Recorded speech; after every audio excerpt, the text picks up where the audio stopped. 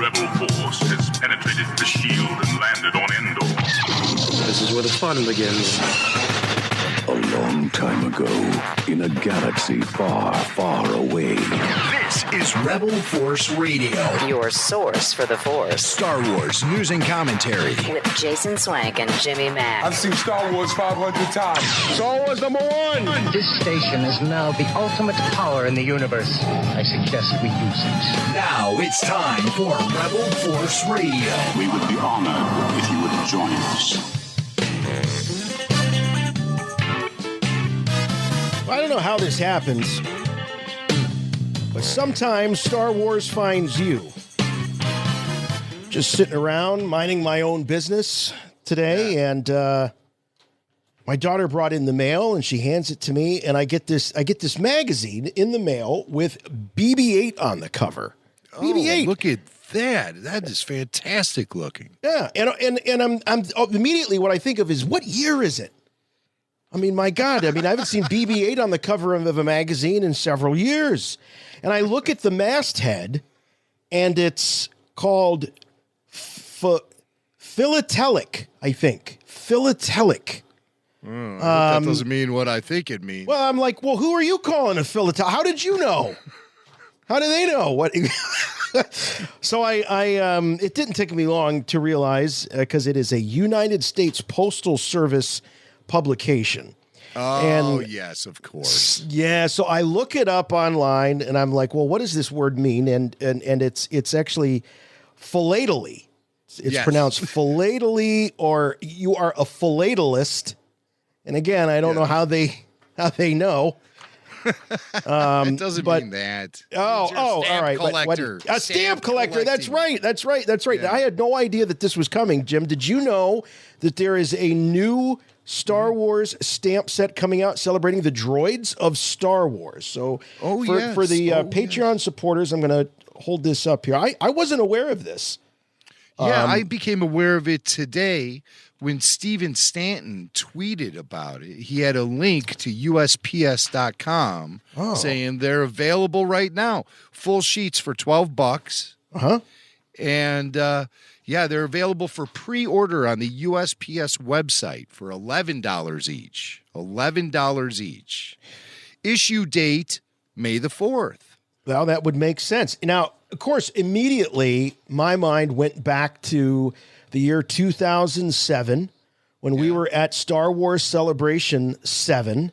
That's right. And there was the big 40th anniversary stamp set that came out. If you remember, Jim, the USPS was set up right there on the convention floor, ready the moment that those went on sale, so you could run over and buy a first day of issue sheet or several sheets, which a lot of us did. I know that you went over there. I went over there. We all ran over, and it was kind of a thing. And in fact, I just came across those not that long ago. I was going through my collection and saw those stamps, and so they were on my mind. And then all of a sudden, I get this Philatelist magazine, which is kind of fun to say. And they've got these stamps. So I thought it'd be fun. We could look real quick at the characters that are on here. So this is celebrating the Star Wars droids. And of course, I mean, you got 3PO and R2 and BB-8. But who else made the roster? Gonk. You got to have Gonk. Right? Gonk. I love Gonk. 21B. Okay. Keeping it OT. 21B, the medic droid. He's in there. There he is. Yeah. Now, see, I think that's obscure. I think that's you think that's obscure? Yeah. We haven't even gotten to obscure. Okay. Now, interesting, they went with IG-11 over IG-88, but I can understand that, right? Mandalorian represent. You know, you have to represent the Mandalorian, and that's the most well-known droid, unless you want to count the Death Troopers, which I'm not. Oh, right. Yeah. Right. That's a hero. That's a hero droid. Oh, and they built a statue of him, as we find out in season 2. Oh, yeah. That's right. That? In the middle of the town square in Navarro. There's a statue of a robot. Why didn't they just build another robot? Whatever. That's really kind of odd, isn't it? I mean, why, if you can go to all the trouble to build, yeah. All right. What is a robot? A moving statue. So I would be disappointed if I showed up at the town square in Navarro and they unveiled the statue, and I'd say, well, doesn't it move? The old one moved. Well, no. This is a tribute to the old one. The old one was a robot droid. But what is a statue? A statue is a droid that doesn't move. Let's think about this. Oh. All right. Whoa. Let's not. Oh, you're just blowing my mind here. No. Yeah, I'm going to erase my own memory. So carry on. All right. So rounding it out, we've got Dio from Rise of Skywalker. Ronnie James. All right. I guess we'll give it to Dio. He's the latest. I really thought that he was the most kind of like superfluous add-on. Just toss him in there. Yeah, I mean, J.J. Abrams wanted a character he could voice, so they came up with this apparently on the fly. It's a vanity droid. Yes, it's a vanity droid. And listen, if you were directing Star Wars, don't tell me you wouldn't have a vanity droid for yourself. I think R2 is a vanity droid for George Lucas. Not saying George voiced it, but there's something about George that gets represented via R2-D2. Has to be. He's sort of an avatar for George Lucas, isn't he? In a way. Yes. Yeah. All right, just a couple more droids here. I mentioned BB-8. We also have Chopper going in there representing Rebels, and Chopper is crossed over into the live action a little bit. So he did have a cameo. Very popular with fans. Rebels, yes. Chopper. Well, probably he has tons of personality as a droid. I mean, yes, all the Disney Star Wars films are represented here, from what I can tell, except for Solo. No. L3. L337. That's the one that I think is the most obscure. There's a stamp of L3. Yes. Did you ever think the most obscure when you were watching that movie? It's one day she would be on a stamp, next to presidents and collected by philatelists everywhere. Can you believe that? And for history, that because people collect every U.S. stamp. Yeah, they have books filled with every U.S. stamp, and so there's going to be a little spot in those books for the rest of history for these collectors to track down and find L3. I'm seeing a lot of news about the Mandalorian retro vintage collection showing up in stores, so keep your eyes peeled. They are starting to land. Jim and I both have ours on pre-order.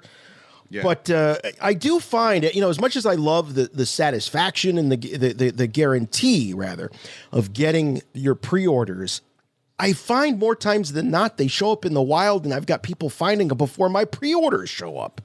That's so frustrating. It really, it really is. Can I be front of the line? You make the early investment. You get in on the ground floor, and then you see all these Johnny-come-latelys pass you by, and they're laughing and pointing at you as they speed on by, and you're eating their dust. So they're enjoying their toys. I'm waiting mine. I'm eagerly awaiting mine to show up. Yeah, and I'm considering retiring from collecting. No. Yeah, because there's just too much. There's just too much, and I need to maintain what I already have, and that can be enough of a job in itself. So I don't know. You heard it here first, folks. Jimmy Mack possibly retiring. We're, of course, going to be waiting with bated breath. We'll be outside the locker room after each game, waiting to hear if he's got more to say about this. But for now, let's check the headlines. So there's more. I have good news for you, my lord. That's good news. Come closer, I have good news. Well, we're going to continue on with this analysis of some recent Reddit rumors This is continued from last week, and we would love to have had Paul Bateman on to join us for this part 2, but Paul had other commitments, and he sends along his regrets. But fear not, as we promised in 2021, more Bateman in 2021. Paul will be back. And for those of you, we received a number of emails and Facebook posts and comments saying, these are just Reddit rumors. Why are you covering these? And Jim, I'm reminded as to what George Lucas once said to you when you asked him why he keeps coming back to Star Wars. Do you remember what he said? Because it's fun. Right. And he wasn't having fun when he said that to me. He's like, because it's fun. It was like ... You frickin' moron. You know. The irony of that whole thing is that George was not having fun, as you point out, while he was telling you that how much fun it was. Because it's fun, idiot. He was like, all of a sudden, I'm like, oh my God, George Lucas turned into Red Foreman from that 70s show right in front of my face. Dumbass. All right, so what we're talking about here is a Reddit post. This is on Star Wars speculation, and the poster, of course, is anonymous, but claims to be very well connected to all 3 of the Star Wars sequel trilogy films. Claims to have worked on the trilogy. Worked on the trilogy. He says, who am I? Does it matter? There's nothing I could provide to convince everyone who I was without doxing myself. Something I'm not particularly open to doing, so take this as gospel or with a grain of salt. So, Jim, do you remember I'm trying to think where we left off here.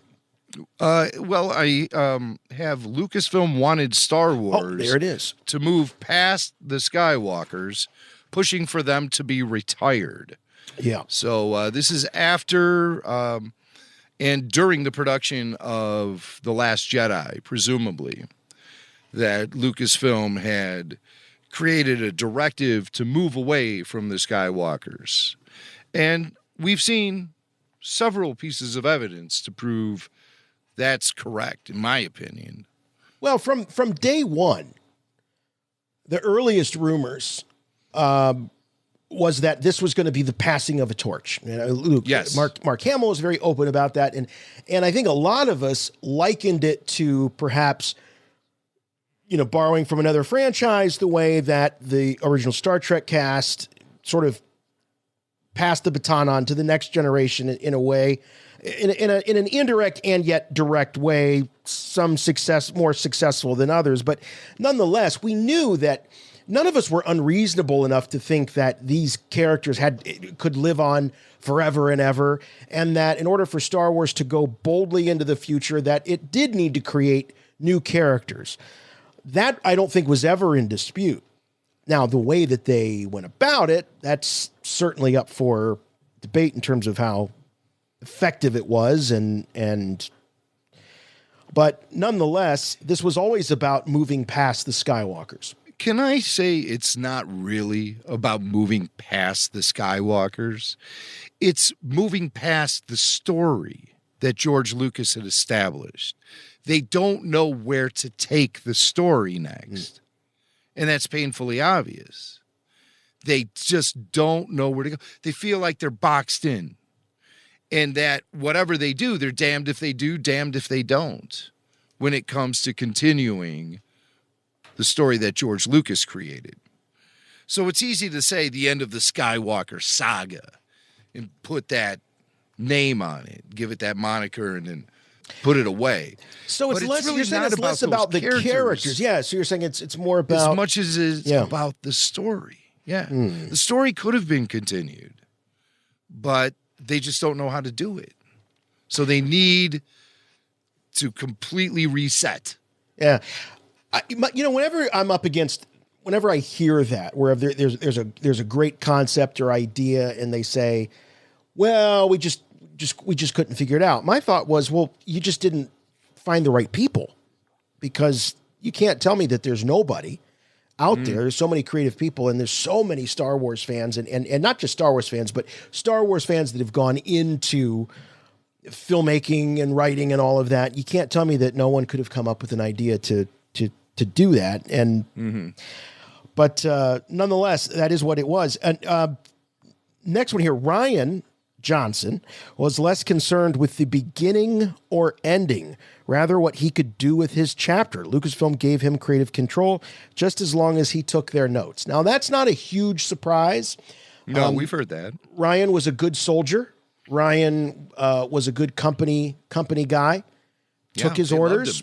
They loved it. Yeah. I mean, I'll never forget the time I was in California and I was at a private event that was Star Wars related. And a member from the story group approached me and I was just having a conversation, friendly conversation. I said, "How are things going with Ryan Johnson?" And this person said, "You guys are going to love Ryan Johnson. The fans are going to love him. He has been incredible to work with. We love him." And that was backed up a few months later when it was announced. I wasn't even surprised. They announced that Ryan was going to direct a trilogy of Star Wars films that was going to go into production right after The Last Jedi was released. At some point in 2018, it was going to actually go into active production. And Ryan was already writing it. This was November 2017, before The Last Jedi was even released. He had the bold stamp of confidence from Lucasfilm, and they loved working with him. And they wanted to continue working with him, and he wanted to continue working with them. And then The Last Jedi came out to mixed reaction, to put it mildly, mixed to hostile reaction, to put it realistically. And Disney brass and Lucasfilm brass saw all this go down, and they're not fools. So they pulled the plug on the Ryan Johnson trilogy. And Ryan landed Knives Out, which was, that was a gift from God to him. I guess it was a project that I don't know where Knives Out came from. Was it given to Ryan to write, or was it something that Ryan created himself and had been nurturing for a certain period of time? Yeah. Do you know anything about it? I really don't.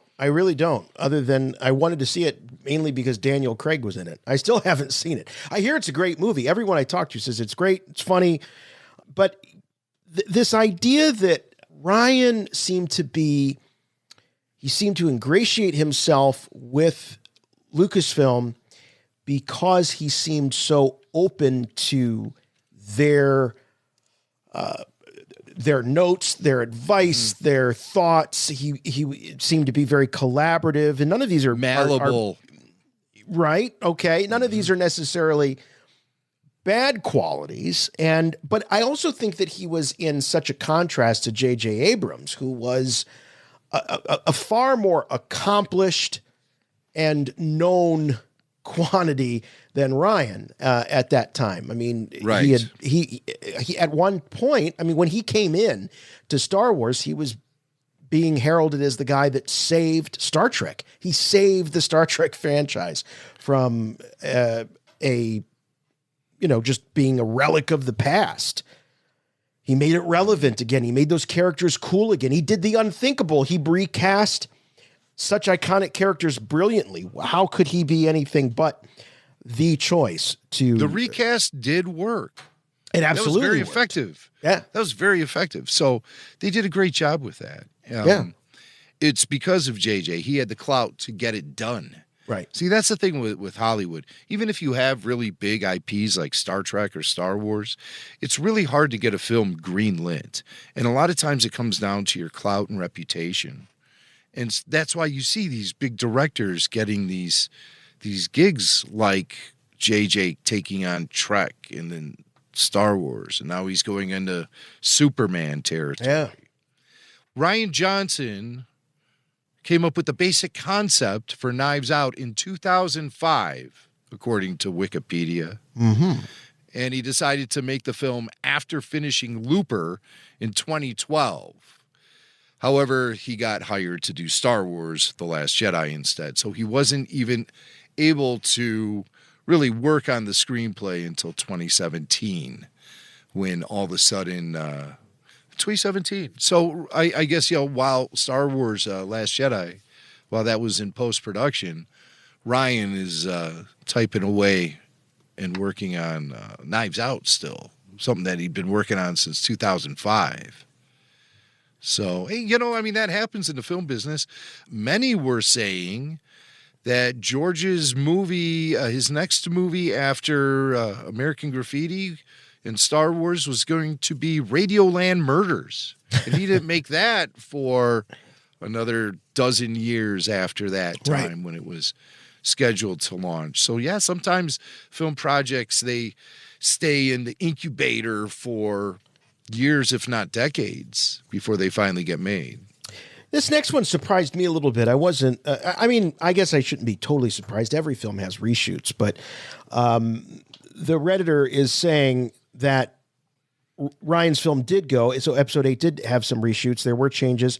Some examples he cites was Crate being moved to the ending, Haldo going from a senator to a rebel.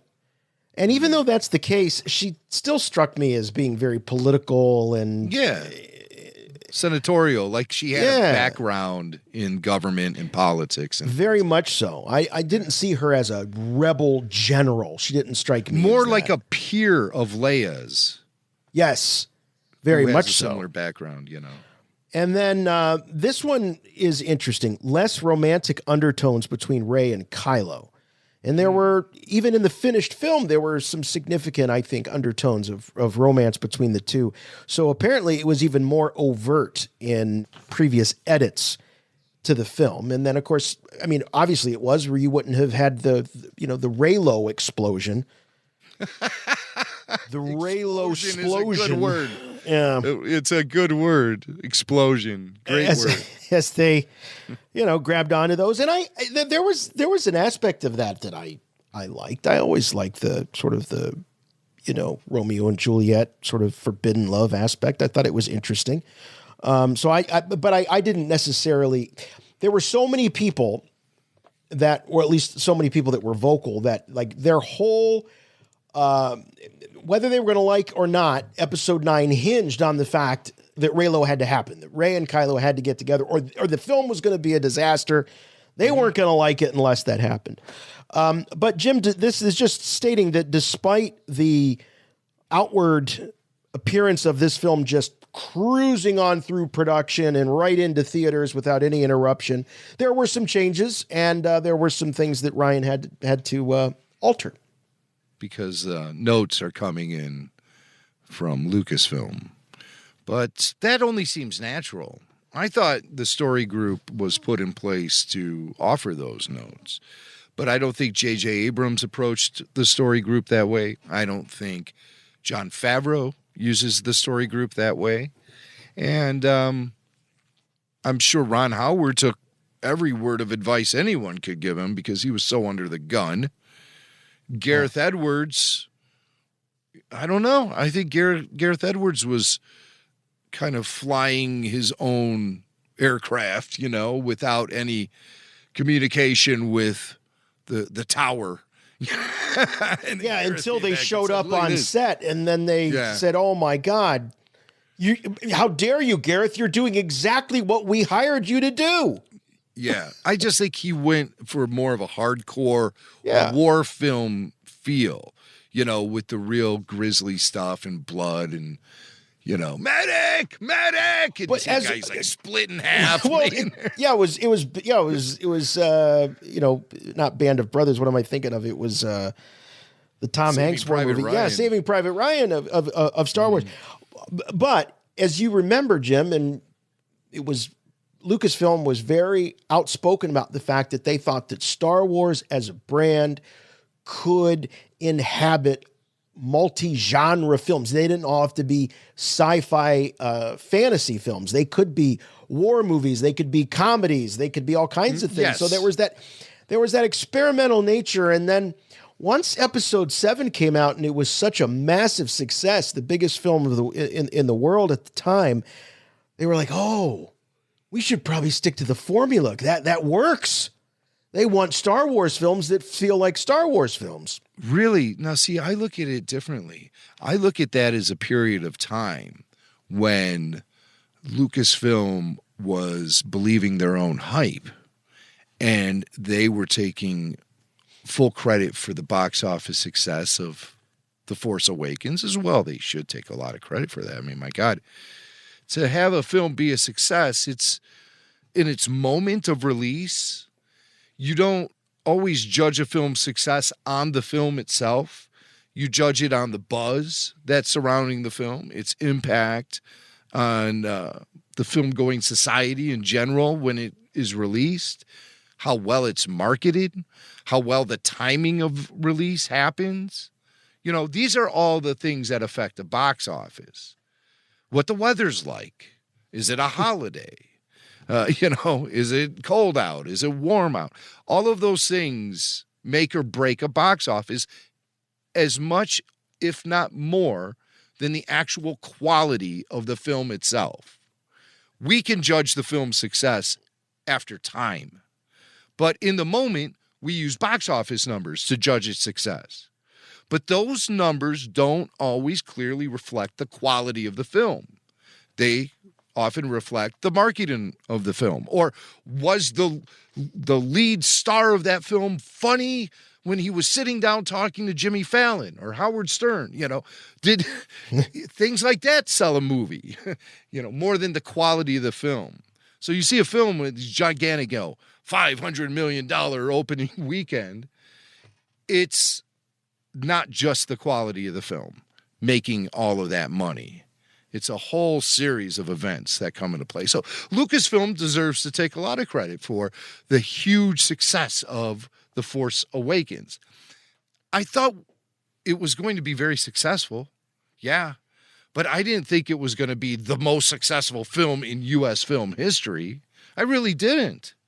I was surprised. I'll just put it that way. I was very surprised at how successful and the legs that film had. Oh, it stayed in the theaters forever. It was a number one film for how long?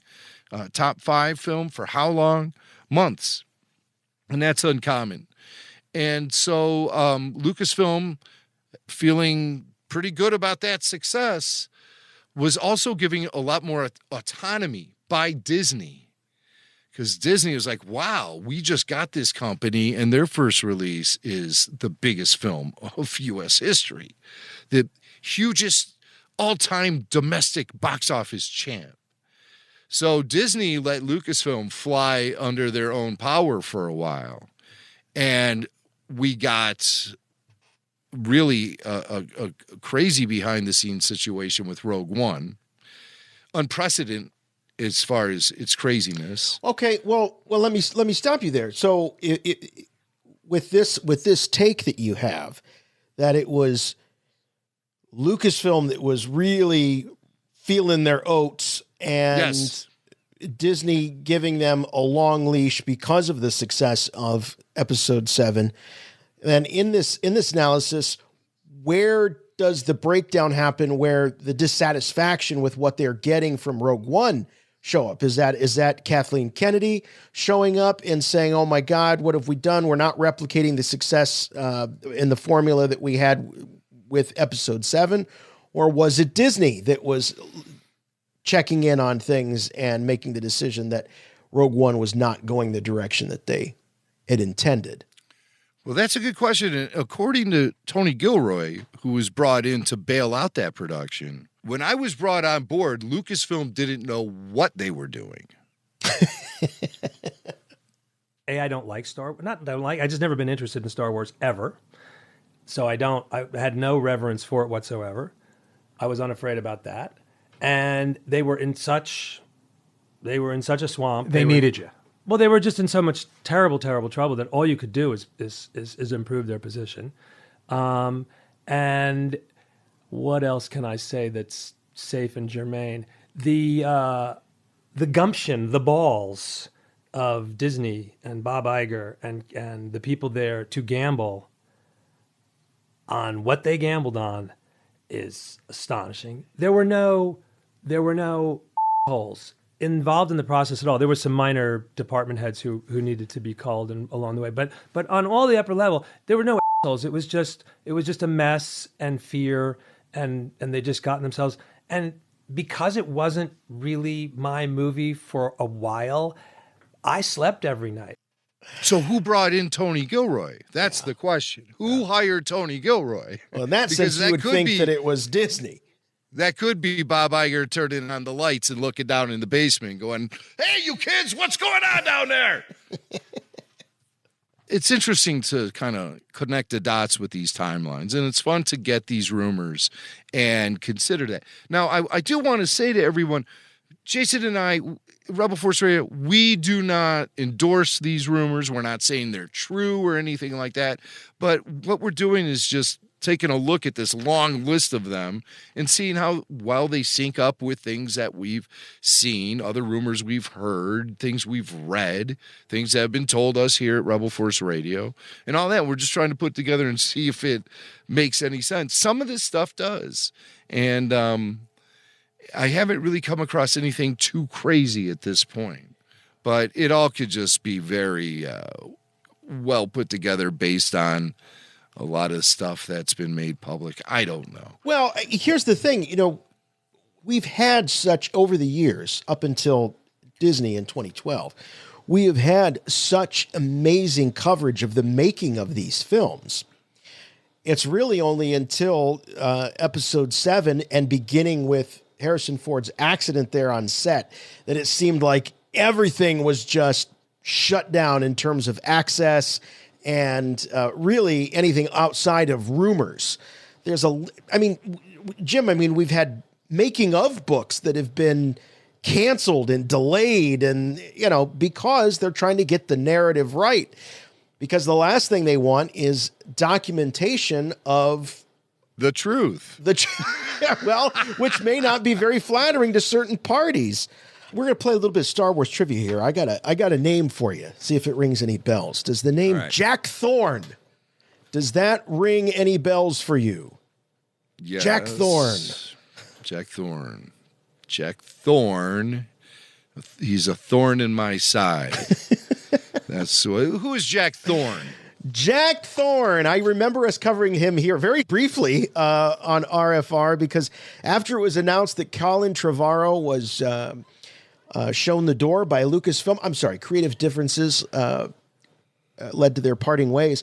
Jack Thorne was brought in to write episode 9. This is prior to J.J. Abrams being involved. We'd heard that Jack Thorne was going to come in and he was going to write it. If you remember, Jack Thorne is really more well-known as a playwright, and his biggest play is the Harry Potter and the Cursed Child play. That guy. I do remember the guy. This. And we all said, wait a minute, so Jack Thorne took J.K. Rowling's manuscript for a in the future kind of sequel to the Harry Potter universe and brought it on stage to great success, huge success, productions in London and in New York. So why not let him have a crack at Star Wars? Well, that crack didn't last very long. No. And in fact, there's very little information about what his draft really consisted of. We know exactly what Colin Trevorrow's Duel of the Fates was. It's been leaked. But Jack Thorne's is still a bit of a mystery. Very much so, yeah. I bet it was just another take on Colin's draft. That's what I'm thinking, just a brush up or something of that. Or just a different take on it. Very little information about that. Now, Boy, I hope someday all these drafts get revealed and we can read them all and stuff. We can take 20, it 30 years down the road. I wish they didn't think that we couldn't take it. We can take it. Send it. Give it to us. We'll even buy them. Put them in a book. Yeah. Make us buy them for $30. There was one ending, only one ending where Kylo lived. So a lot of people, myself included, was a little disappointed in Kylo Ren dying in the film. I always thought it would have been more of a fun counter to the Vader legend had he actually done what Vader might have done, which is be redeemed and then show back up into the good graces of the heroes. I thought that would have been interesting, but there was only one ending where Kylo lived, and it was pitched after Trevorrow's leaving and before Abrams returned. So we would assume that maybe that was Jack Thorne's contribution there. So Thorne says, let's let him live, which kind of makes sense when you think that he, wrote the story for The Boy Who Lived, Harry Potter. Why not have Kylo Ren be the boy who lived in Star Wars? Well, apparently it was the producers, Kathleen Kennedy, Michelle Rejwan, and the story group who rejected that idea. Of him living? Yes. I think they were firmly set on having Kylo pass away because they don't want the Skywalker lineage to continue. They don't want any loose ends because they don't know where to take the story. So they are making a clean cut away from the Skywalkers, make sure none of them survive. They live on in name only. So you can still have toys and merchandise with that name on the shelves, but you're not encumbered by their story and their legacy outside of the name. That's an interesting point, Jim. I almost tend to think that if the story were to continue in episode 10, that Rey would have established a group of light side users, but they wouldn't be Jedi. They would be called Skywalkers.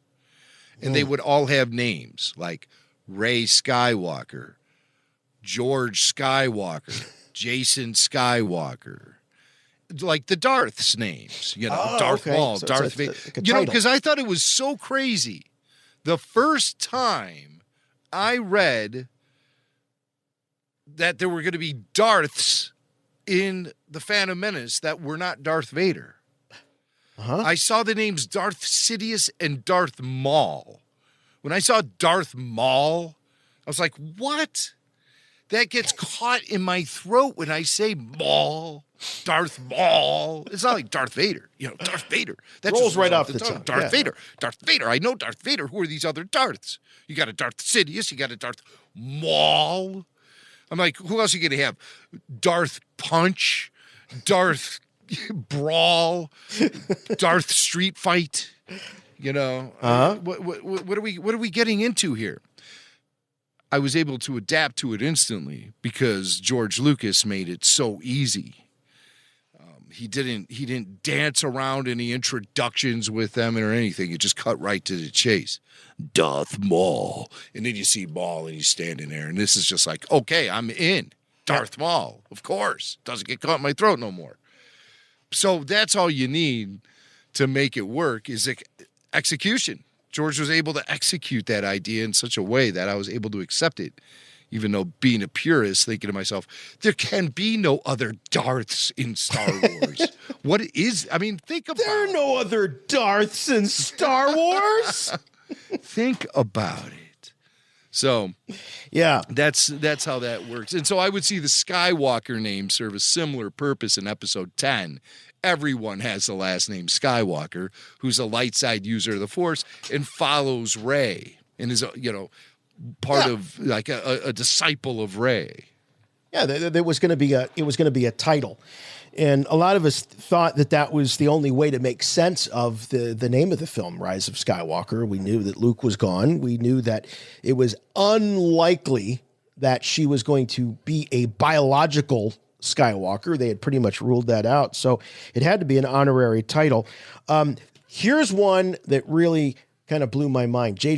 The stones on this guy, J.J. Abrams. I mean, we know that he went to Disney a couple of times, asked for extensions, and won. I think he got the extension. We know he got the extension on episode 7, which gave us the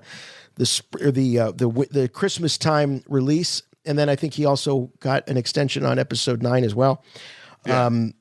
But not only did he do that, but he was apparently so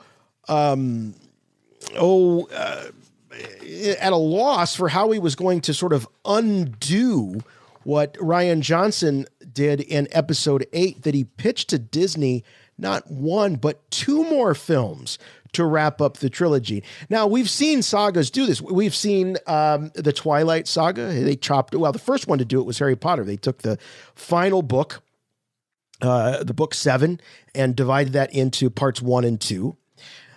We also saw then the Twilight Saga do the same thing, where they took the last book and divided it into parts 1 and 2.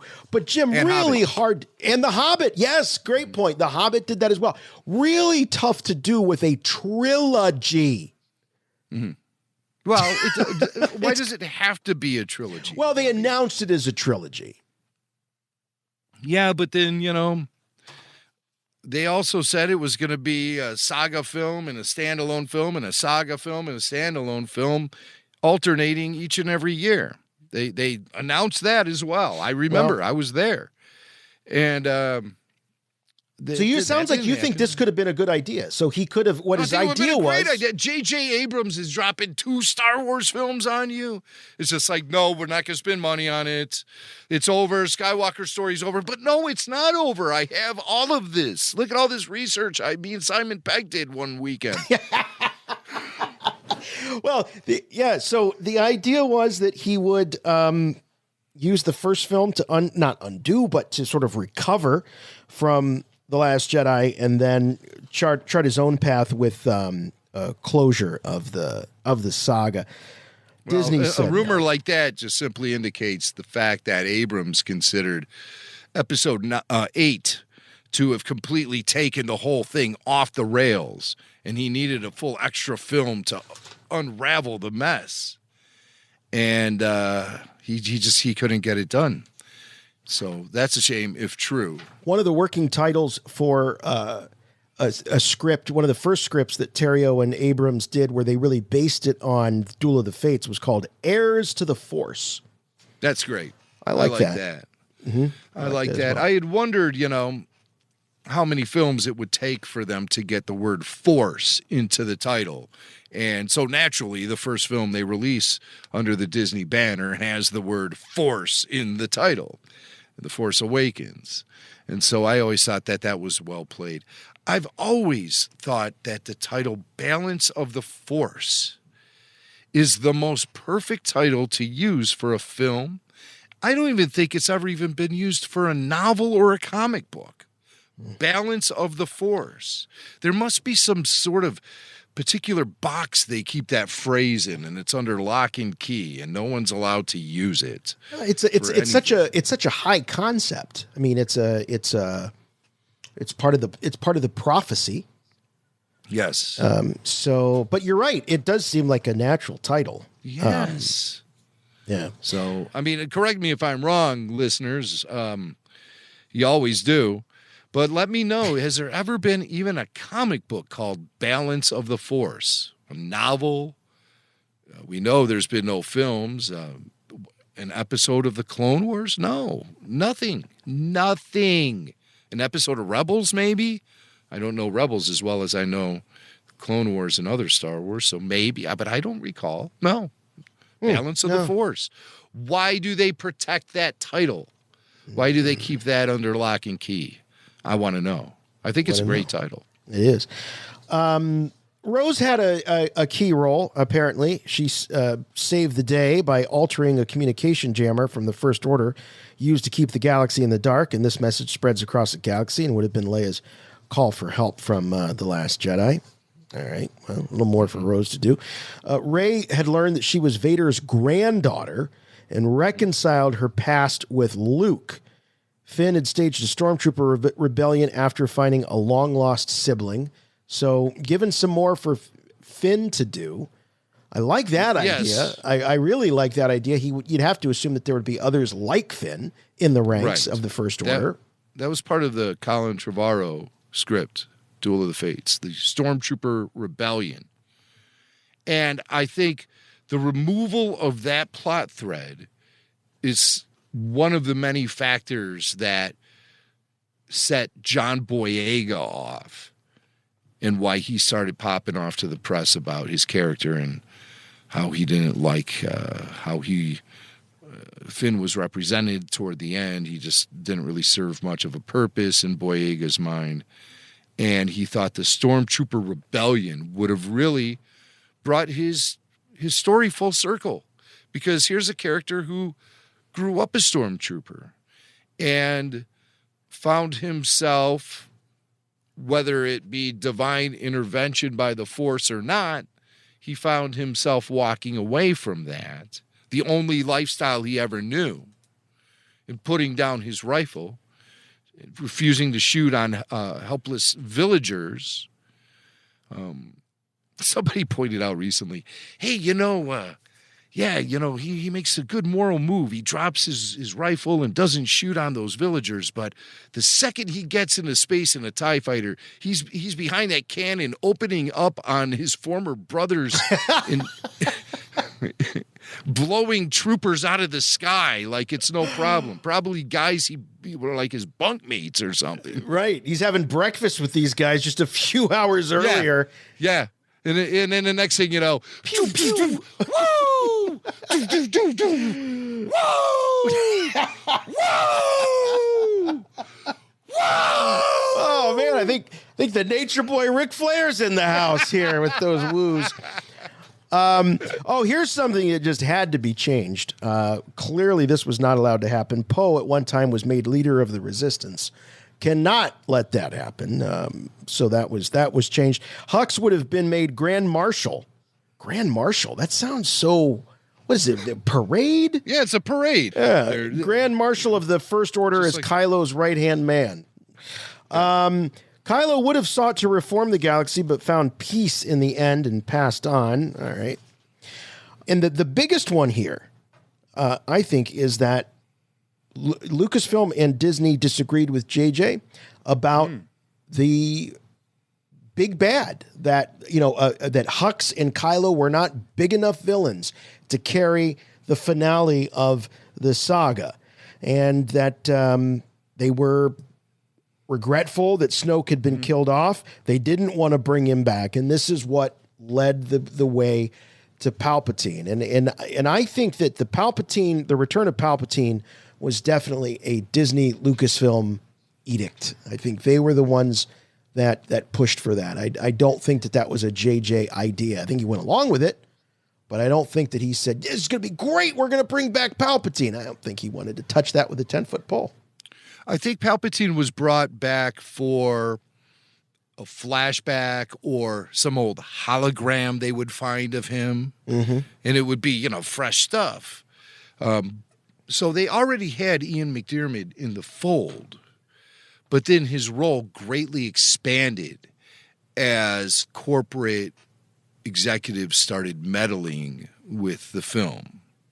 And episode 9 was heavily meddled with by corporate executives. To be crude, it was like everybody had to lift their leg on this movie. Yeah. Everybody.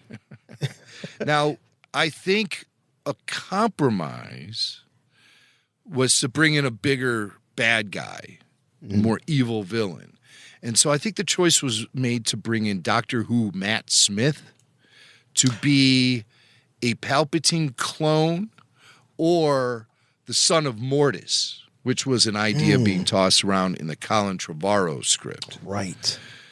So he, I think, was brought in to be one of the two, like a young Palpatine clone or the son of Mortis.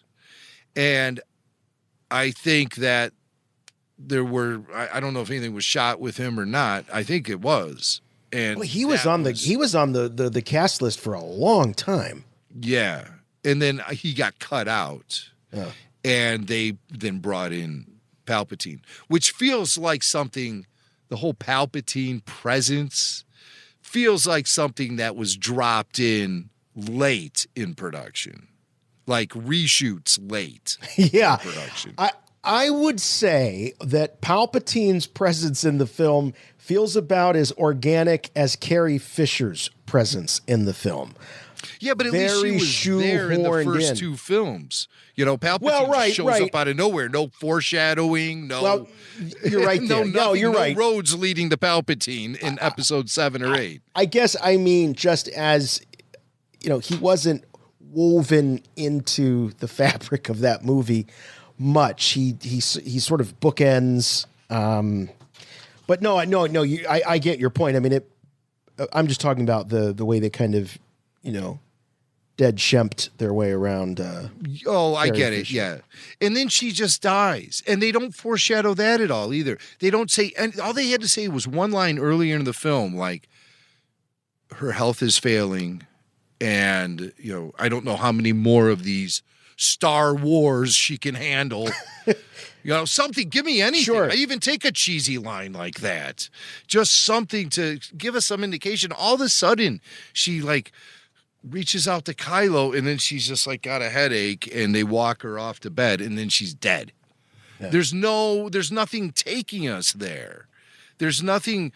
We go through the whole movie. We never have a sense that there's any fragility to her. There's, we have no cause to feel concerned about Leia.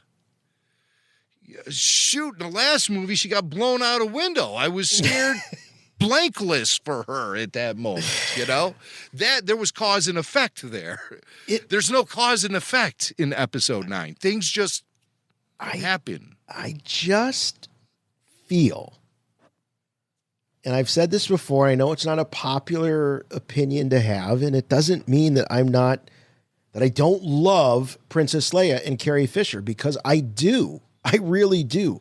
But it just feels like with both episode 7 and 8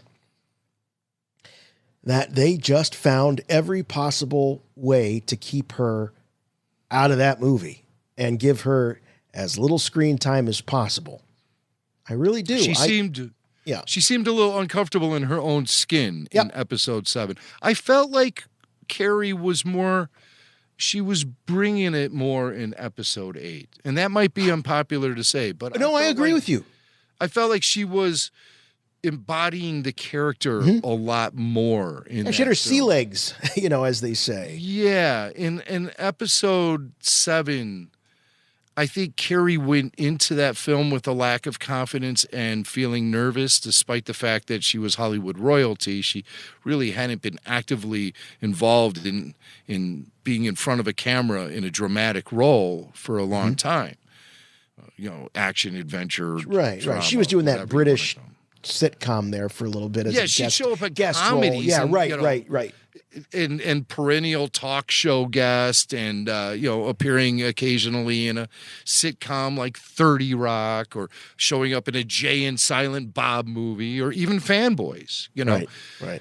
That doesn't seem like the road to go on to prepare yourself for the return of Star Wars. She clearly maybe had some rust on the gate, which I felt like the rust had been suitably removed by the time she was in episode 8. And which I was pleased with her performance in that film. I couldn't agree with you more. And then, of course, the sad thing was that what we got of her in episode 9 was leftover material from 7, where she hadn't quite gotten those sea legs under her, and so it's sort of a step backwards in some ways. And I say this not to be overly critical, but she did. And the reason I brought it up was that you said that as you're watching episode 9, that you never had this sense of frailty or her really being in any danger health wise. But I always thought in these films that she appeared kind of fragile. It was in her voice, and again, this is as much about the actress as it is the character, if not more. Mm-hmm. But I just thought that she was displaying sort of a frailty, but that doesn't mean that it explains her just sudden. It's kind of like the Padme death. She just couldn't live anymore, or whatever. What's the line? Oh, she just couldn't live with herself. I believe it was something like, "Poof, she's gone, master." No, I can't remember what the medic droid says, but it's as if her heart is broken or something. I mean, it's just so on the nose. She done checked out, sir. Oh. What do you mean? She's gone? Oh, yes. That is a doornail. So, damn. Now, Disney, this Redditor is going on to say that it was actually Disney that pushed the Palpatine idea onto Kathleen Kennedy, who then was asked to force push it onto JJ. Mm-hmm. And as we mentioned, he was willing to play ball on that. But they're claiming, this Redditor is claiming that eventually Abrams shot 2 movies. So this whole idea of there being a JJ cut out there, Does a JJ cut exist? He's claiming it was. There was the JJ vision and the Disney Lucasfilm vision.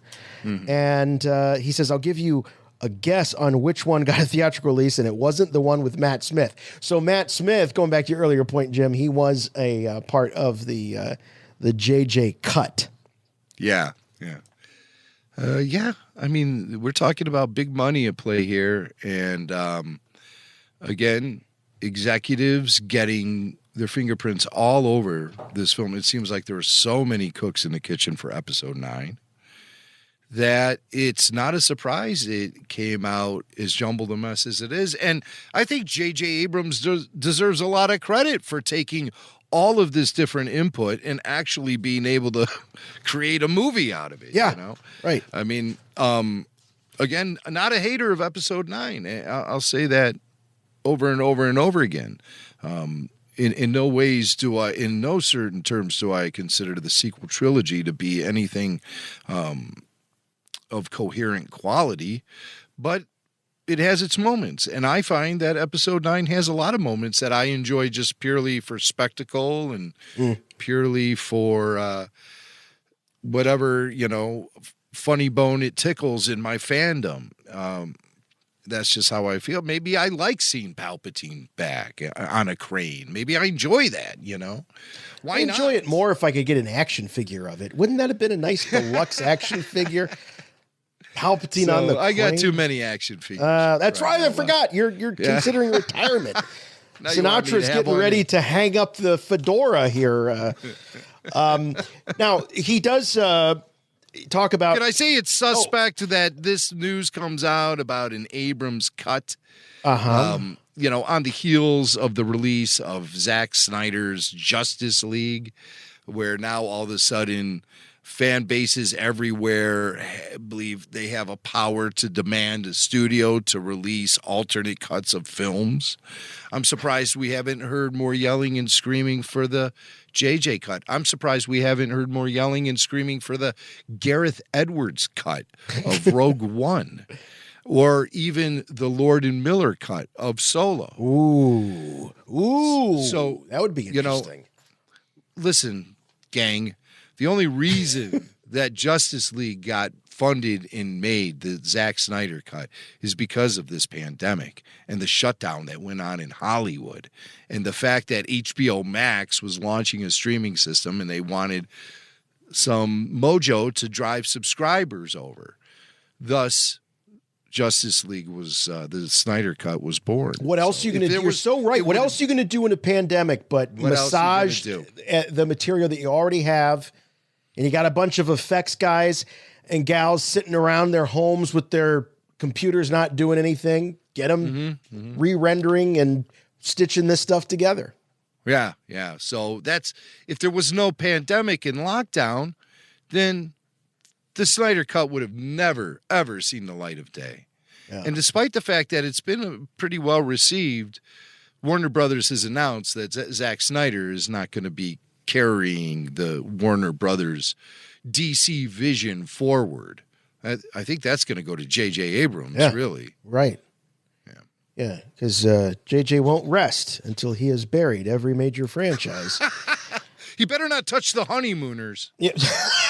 No, I think, what was the name of the guy in that remake? Was that Cedric the Entertainer? That's right. They did remake it. I think he did a fine enough job ruining the honeymooners. Did JJ direct that one with Cedric? I noticed some lens flares. Yeah, you're right. As in Ralph's bus. In his in the apartment. Yeah. All right. So just a few notes he has here about the actors definitely being disappointed. I guess John Boyega and Adam Driver were kind of bummed that they didn't get their scenes together, which, is something I didn't really think about till I read this, that, of course, they were monumentally together in episode 7, but they don't meet up at all in episodes 8 or 9. So they're never back on screen together. Yeah. It becomes all about Rey. Right. Yeah, that's a shame. It would have been nice to see Boyega have emerging force powers and have another showdown with Driver with sabers and show how much Finn had developed as a swordsman and a Jedi and all of that stuff. That would have been an interesting side story to watch. Yeah. But they only give you little hints of it at the end of The Rise of Skywalker. So yeah, it'd have been interesting if there would have been a concept introduced that showed that the Force had started to evolve beyond the midichlorians and how they could inhabit and or how it could inhabit and sort of become part of beings outside of the midichlorians. And this would have been a whole different kind of Force user that would have just blown Kylo's mind. With someone like Boyega, that would have been very cool. I would have loved to have seen some evolution in the Force there. If this is the end of the Skywalker saga, I would have loved to see some sort of powerful manifestation of the Force that was just like impossible to comprehend.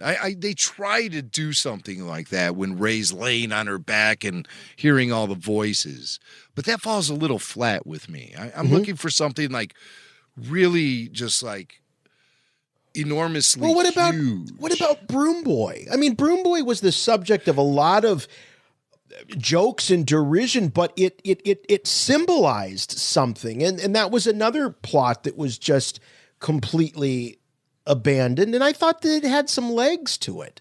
I really did. He could have flown in on the broom, played some Quidditch, and then flown off to.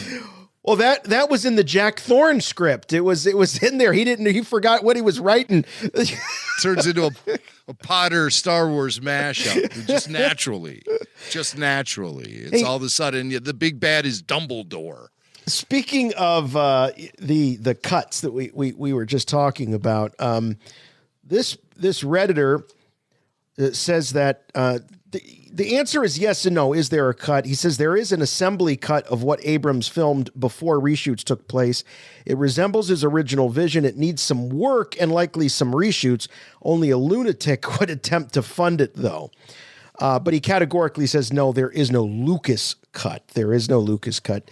Never thought there was a I didn't think so either. Yeah.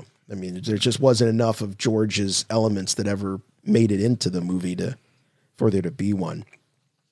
No, but Abrams did talk to Lucas. Apparently, summer of, I want to say 2018 or 2019. I think it's 2018, mm-hmm. Summer of 2018. George, who has a home in southern Italy, invited a bunch of filmmakers out to hang with him and have like visits with the master out in Italy. It's like going to see The Godfather, right? No kidding. It's like, yeah, we're going back to the old country to see The Godfather. So like Filoni went out there, Favreau. I don't think Lord and Miller were still in the mix at that time, but Trevorrow, I believe Colin has made some reference to talking about working with George Lucas, and Abrams also. Obviously, that wouldn't sync up if it was both Trevorrow and Abrams, but I think that Lucas was making himself available to Trevorrow too. And also those Game of Thrones yahoos. I know for a fact those two went out to see George and hang with him, and they've made a passing reference to that. Too bad we didn't get to work on Star Wars, but we got to hang out with George Lucas, and that was kind of cool. In Italy, who were those guys? Benioff and Weiss. What were those? George was actually meeting with, he was making himself available. He was actually living up to that consultant's role that had been dreamed up for him when the sale went down. He was actually trying to become part of the process, which I find fascinating. So all love wasn't necessarily lost between George Lucas and Disney-owned Star Wars, even despite the fact that George went on 60 Minutes and made that white slavers comment. Bob Iger said in his book that he felt terrible about the way that George Lucas got essentially cast aside. But he has that cold corporate mentality where the individual doesn't matter in the eyes of the corporation unless that individual is a shareholder. And George Lucas holds more shares of the Disney company than just about anyone else. Well, now, yeah, of course. But this idea that he made himself available, I think he was making himself available to these artists and maybe not necessarily through Disney. He was just going direct to the folks working on these projects, as opposed to, saying, "Hey, Bob, have all your creatives meet me out there in Italy." I think he was doing this thing where George was having his George Summit. So I don't know that their participation would have necessarily been, say, endorsed by the studio, right? That's a good question. Probably not. And but they were there. Even if they went anyway. Well, it's George Lucas. That's a good question. I don't know enough about it to make any sort of qualified answer to that question. But, I just think the fact that George did it was an act of diplomacy, really. And, of course, George always having that deep-seated desire to continue to influence Star Wars and the direction in which it's heading. I think George wants that still to this day. Yeah. I think he want to put his personal touches on what's going on. Or you wouldn't see photos of him on the set of Mandalorian if he wasn't still interested. He's clearly interested. All right, let's run. And I'm sure Filoni still approaches him as a, with I'm sure mentor apprentice relationship. I'm sure that still goes on. Yeah. We're going to kind of do this rapid fire. Here are, if you're wondering if you were sitting down and watching the JJ cut of Rise of Skywalker versus the theatrical cut, what are some of the things that would have been different? All right. So here it is, according to this Redditor. Jim, as you said earlier, Matt Smith in the JJ cut. Boom. Right there.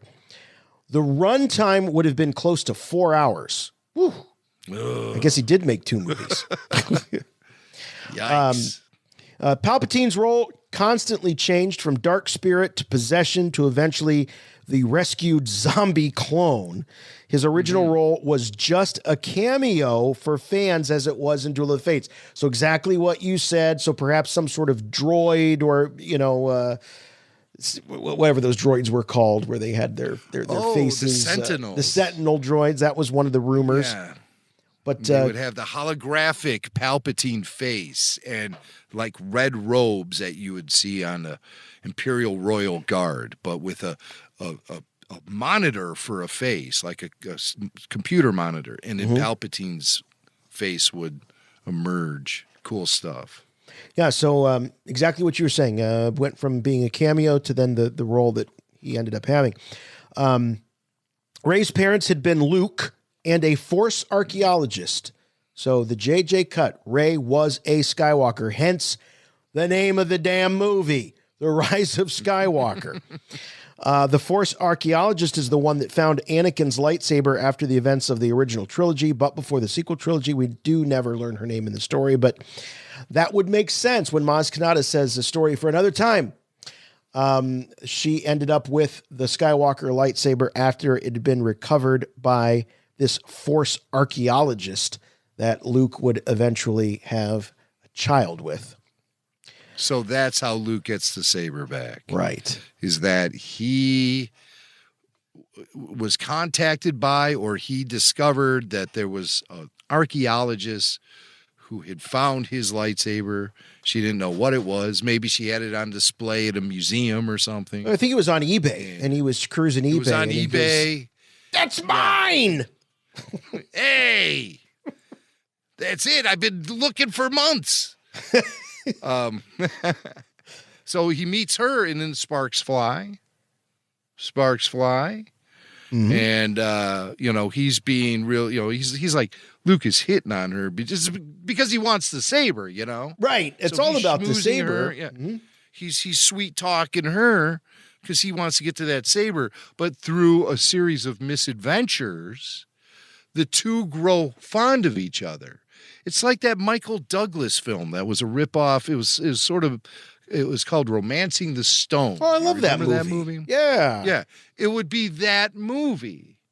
But instead of Michael Douglas and who was it? Sybil Kathleen Shepherd, Turner. wasn't it? Yeah. Kathleen Turner. Yeah. Right. Instead of those two, it would be Mark Hamill and the Force archaeologist, who would be a Rhodian. All right. No, it'd be funky. It'd be funky. It was the one that was dancing in it looked Jabba's like Enemy palace. Mine. I don't know. It was the one dancing in Jabba's palace. Luke loves those suction cup fingertips. He loves that. Oh, all right. He's a freak for that stuff. Okay. He's a freak. I'm glad you weren't right in episode 9. Kylo and Rey's relationship was more of a tragedy. Rey wanting to put him out of his misery and Kylo wanting to be free. That's pretty dark. That's very dark. Putting him out of his misery. It's like the end of The Fly when there's the little fly with a human head going, kill me, kill me, kill me, kill me. There was a scene of Kylo saying goodbye to Leia, giving closure to mother and son. I don't know if that... who knows if that was with... real Leia. I'm trying to think about when this was. Carrie Fisher would have been gone by this point. By the time they were writing the script, Carrie Fisher was gone. Yeah, how would that work? Yeah, how would they probably flashback sort of sequence? Maybe. Jannah. Well, let's find out. Yeah. Jannah had been Finn's sister. And this Redditor says that he's told that this is still a possibility and it could be used as fodder for future stories. They were separated when they were kidnapped. Their last names were once Galfridian. Ooh, that's a red flag. Galfridian? Yeah, I'll tell you why that's a red flag. Because there's already been a character in Star Wars named Finn Galfridian. Finn Galfridian was the main protagonist in Dark Horse Comics' Star Wars Invasion, which was a comic series set in the time of the Yuuzhan Vong invasion. Mm-hmm. And the protagonist was a Jedi named Finn Galfridian. And so I think it would be difficult to take the name of a pre-existing character and then give it to Finn from the sequels. You're saying that the movies never take material from the expanded universe and just sort of use it as they see fit? Well, Kathleen Kennedy said herself, there is no source material. So, yeah, right. She said there are no books. No. Wait, what? But wasn't it a few years earlier she was saying, there's a treasure trove of that's right. She said and comics, and we've purchased it all from there George. It is. Jason Swan. This is like I'm watching on Golden Pond with Catherine Hepburn. The loons, Henry Fonda. The loons. But like, she's always sort of struggling to talk. So your almost popular impersonation of Kathleen Kennedy is actually... It's kind of a watered down Katherine Hepburn. It's Katherine Hepburn. Yeah. Kathleen Hepburn, we'll just call the character now. Kathleen Hepburn. All right. Much of Rose's subplot was dedicated to figuring out how to outsmart the First Order, because of course it was. Rose and Jannah had a third act subplot of converting the jammer into the beacon to alert the galaxy for the final battle. They become close. All right. Very good. A lot of this rings familiar with the Duel of the Fates script. Very much so. Mm-hmm. Do you remember Pride? He originally sold out the First Order to the Resistance, the oldest of the old guard, tired of following the children. These damn Gen Z maniacs run into these millennials. I got to get out of here, man. I'm selling out. Yeah, so it was Pride was the spy. in this version. And then Hux and Kylo work together to find out who the spy is by leaking false information. And then Hux kills Pride. So it's the exact opposite. Yeah, just flip-flopped it around. Yeah. This is disappointing. Coruscant was a key world for conflict between the First Order and the Resistance. I'd have loved to have returned to Coruscant in the sequel trilogy. Also Duel of the Fates script. Yeah. There were several flashbacks to Luke's life before the sequels. Luke had been looking for Mortis through Octu. So he was on Octu looking for Mortis. Finally, a purpose. Right. I always imagined there was a purpose for Luke being at Octu. Everybody was, well, J.J. Abrams really forced Rian Johnson to, have Luke be miserable and throw the lightsaber over his shoulder and cut himself off from the Force and everything. He did not. No. Johnson requested J.J. to remove any Force abilities from Luke's presence at the end of The Force Awakens. And where you say, well, Luke was only in there, standing there for a second. What kind of Force abilities did he have?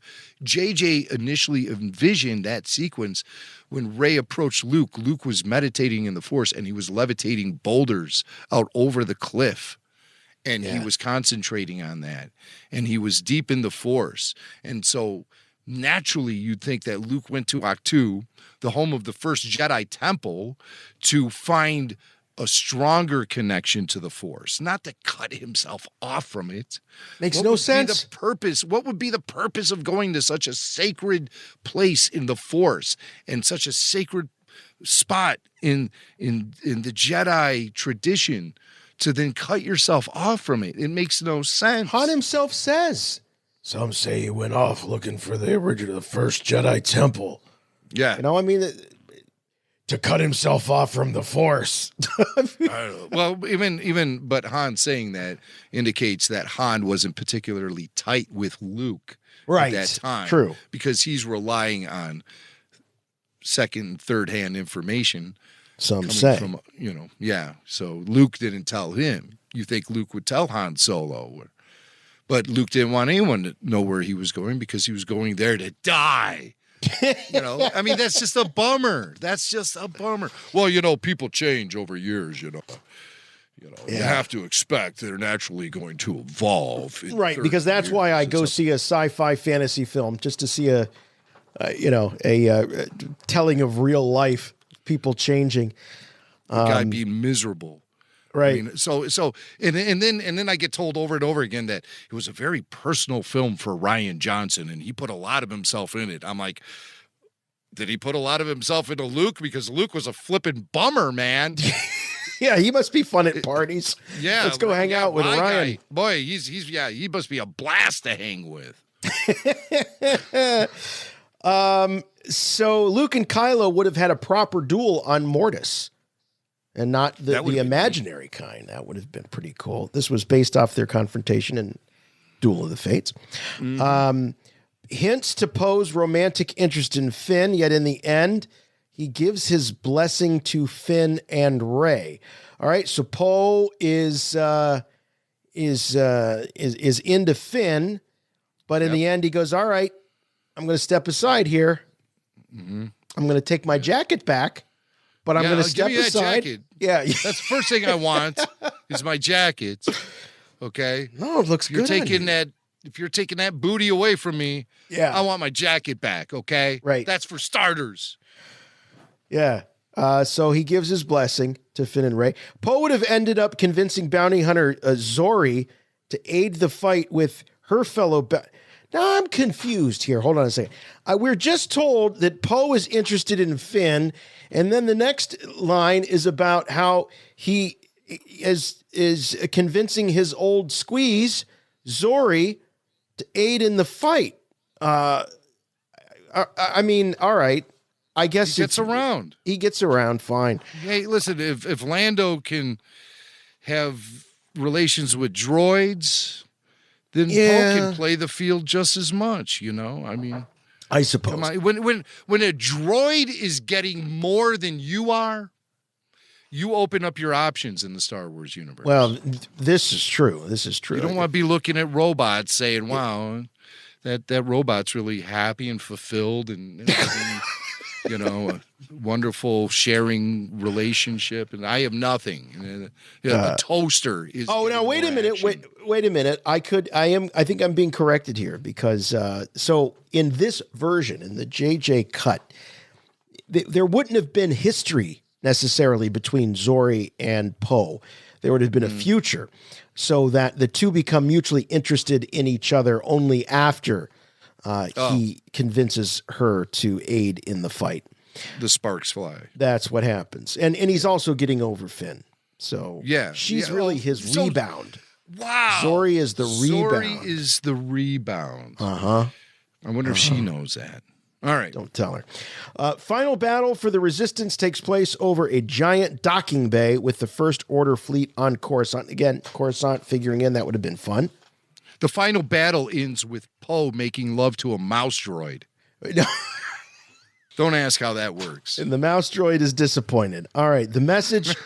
Even the mouse droid is disappointed in the sequel trilogy. Finn leads the assault to the beacon that will call the cavalry with Rose and Jenna.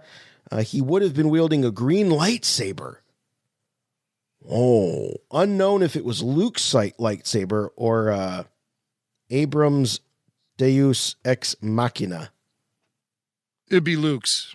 Ghost in the Machine. It'd have to be Luke's. It would look just like Luke's, but story group wouldn't confirm it. Right. Yeah, they would just, you'd have to read it perhaps in a visual guide. Or play Fortnite and you'll find out. Right. Listen, that's a gaping plot hole in this script. What are we going to do?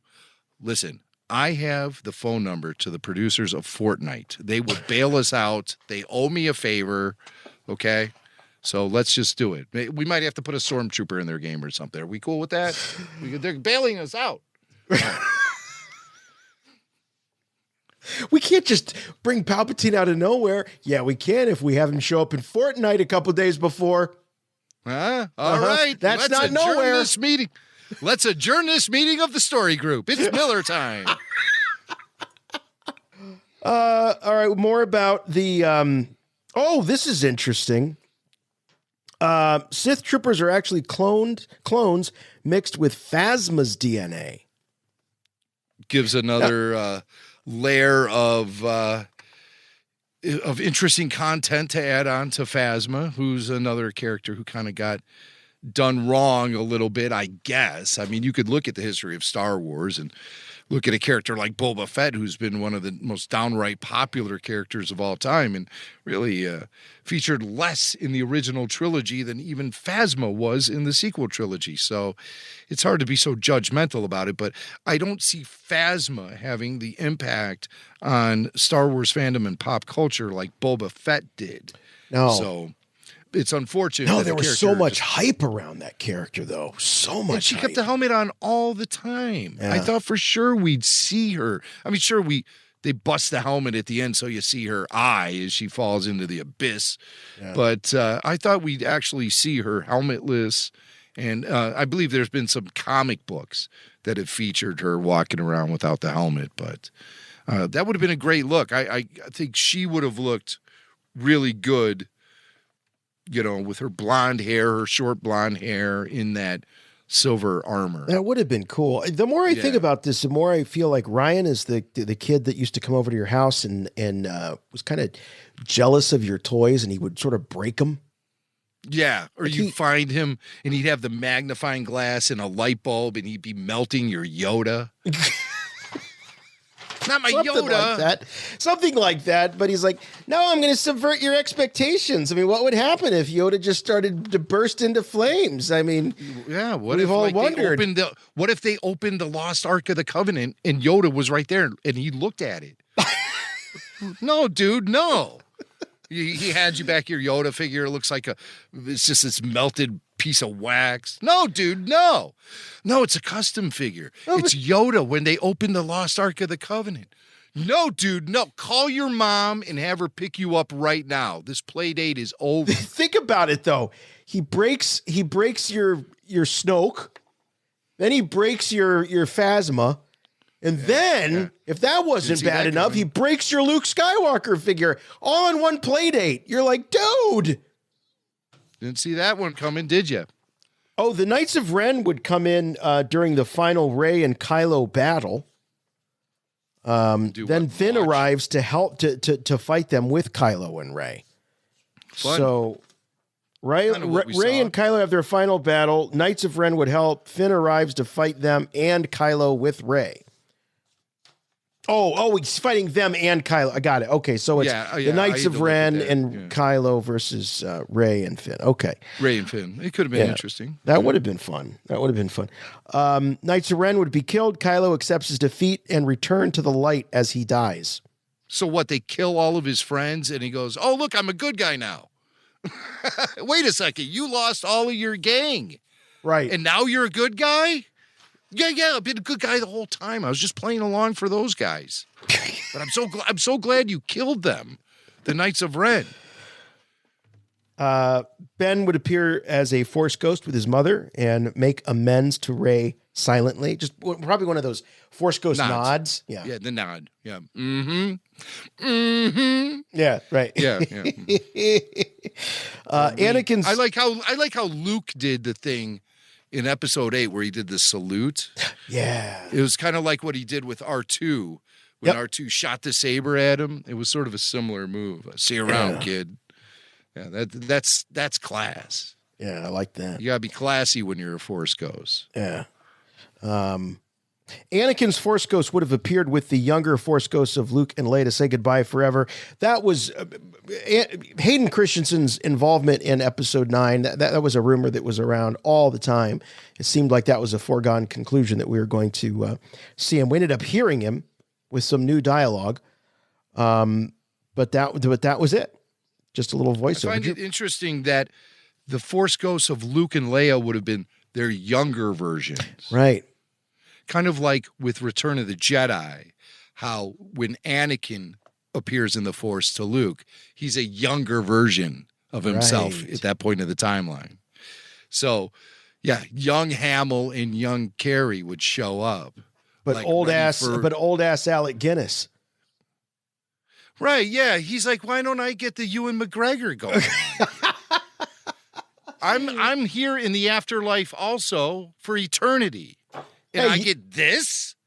Give me Ewan McGregor stuff. Just wait until you boot up your Disney Plus and watch the latest cut of Return of the Jedi. It's going to be Ewan McGregor. I wonder if they'll be so bold. Yeah. To remove Sir Alec Guinness. There's a Sir in front of that. Yes, there Need is. I remind you? I think we should start calling ourselves Sir. Sir Jason Swank. Why not? Sir Jimmy Mack. I like that. That would be, but I think there's formalities to becoming a Sir that we need. Some hoops we still have to jump through? Yeah, there's red tape. There's red tape. You can't just call yourself a Sir. And I think if you try doing that, the penalties can be severe. Hardly seems fair. Really? Yeah. We'll at least get involved in. I can call myself Mr. all I want. Well, of course you can. Because when you sign up for things, sometimes they have the prefix and you can scroll down and pick the one that you want. Yes. I've looked for Sir, and it's not there. Sir. Wow. So all those people who've been knighted, they're just forgotten about. Yeah. Well, you can't do it when you're signing up for an AT&T account. Or whatever. Or you know what else isn't there in that scroll? And I'm pretty frosted about it. Master. There's no master. Well, some would consider that rather insensitive, I think. Yes. Especially the ones who work at the bait shop. The baiters. Shut up, Swank. All right, Shut up, Swank. couple more of these. Anakin's Force Ghost, the Resistance Gang. I like that, the Resistance Gang. It's like I'm watching Scooby-Doo all of a sudden. The Resistance Gang would have celebrated Zoinks on Tatooine like at the Larses. Ride around in the Mystery Machine. Yeah. The talking dog. Well, the Mystery Machine's the land speeder there on Tatooine. Right. It's just painted with some groovy colors. You know, it's the same color. It says Mystery Machine on the hood of the. Can you imagine that pulling up to the stormtroopers in Mos Eisley? Let me see your identification. What the hell are you driving? What the hell? Sir, we have a Mystery Machine at the corner of Dusty and Sandy. What are we going to do? Like, these aren't the droids you're looking for, man. Ruh-roh. The dog is talking. The dog is talking. So open fire. Roar. Zoinks. Yeah, right. The Resistance Gang would have celebrated on Tatooine at the Lars homestead. Like, they're just hanging like that. Like, they're just going to show up at the Lars homestead after how many years? 30 years? Well, I think that would have been kind of interesting. Well, they show up there, but they're partying, like they're celebrating there. Like, I mean, it's an abandoned house. Maybe they fixed it up. Oh, just for the party? And also painted like the dome groovy colors and things like that. And they have a big party. So Finn and Rey watching the sunrise hand in hand with Jannah, Rose, Poe, Zori, Chewie, and the droids. As young Luke and Leia look on with Anakin.